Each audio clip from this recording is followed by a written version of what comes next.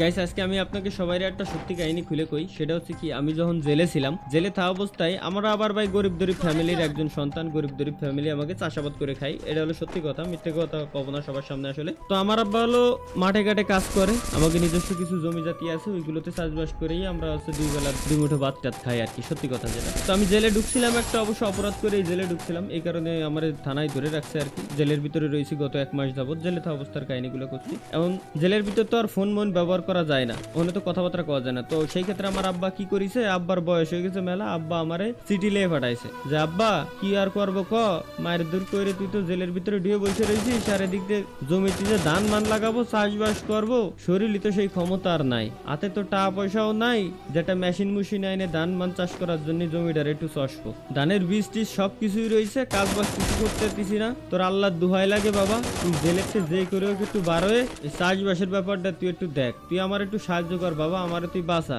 আমি একা তো আর পারতেছি না। আমার আব্বা আমার এই চিঠিটা লেখার পর, ওই চিঠিটা যখন আমি পড়ছিলাম ভাই, আমার মাথা মতো তখন হ্যাং যে আব্বাই কি কয়, আব্বা এত কষ্ট করতেছে, জমিতে ধান মান লাগাতে পারতেছি না, আব্বাই খাবে কি? আমি নয় জেলের ভাত খাচ্ছি, ওটা আলাদা বিষয়, কিন্তু আব্বাই খাবে কি? তখন আমি কি আনলাম, আমি আব্বারে আবার একটা চিঠি লিখলাম, আব্বা ওই জমি যে তুমি চাষবাস করতে চাচ্ছ, ওই জমি চাষবাস কিছু কইরো না, পুলিশ যে আমারে ধরিছে সন্দেহের বসে ধরে রাখে দিছে, আমি যে মারধর করছিলাম অস্ত্র মস্ত্র সব তো ওই জমির ভিতরে লুকোই থুয়ে দিছি আমি, তুমি যদি মাটি খুঁজো তো নগদে ধরা খাই যাবানি, যাবজ্জীবন জেলে হয়ে যাবে না আমার, তোমার আল্লাহর দোহাই লাগে আব্বা, তুমি জানো ওই জমি আর খুঁজছো না, চাষবাসও করার দরকার নেই। এই চিঠি আমি আবার পুলিশের হাত দিয়ে আমার আব্বার কাছে যখনই পাঠাতে দিছি, পুলিশরা করছে কি আমার ওই চিঠি পড়ে এলাইছে, পড়ার পরে পুলিশরা তাড়াতাড়ি যায় অন্য অন্য লোকজন নিয়ে যায় আমাকে জমি সব খুঁজা শুরু করেছে, কোন জায়গায় আমি অস্ত্র মস্ত্র সব লুকোই থুয়ে দিছি। পুলিশ খুঁজছে একেবারে তন্ন তন্ন করে খুঁজতেছে পুরো জমির, কোন জায়গায় অস্ত্র মস্ত্র কিছু পাই নাই। কিছু না পাওয়ার পর আমি আব্বারে আবার আর একটা চিঠি লিখছি যে আব্বা জেলে থাকা অবস্থায় এইটুকু উপকারী তোমারে করতে আসছিলাম,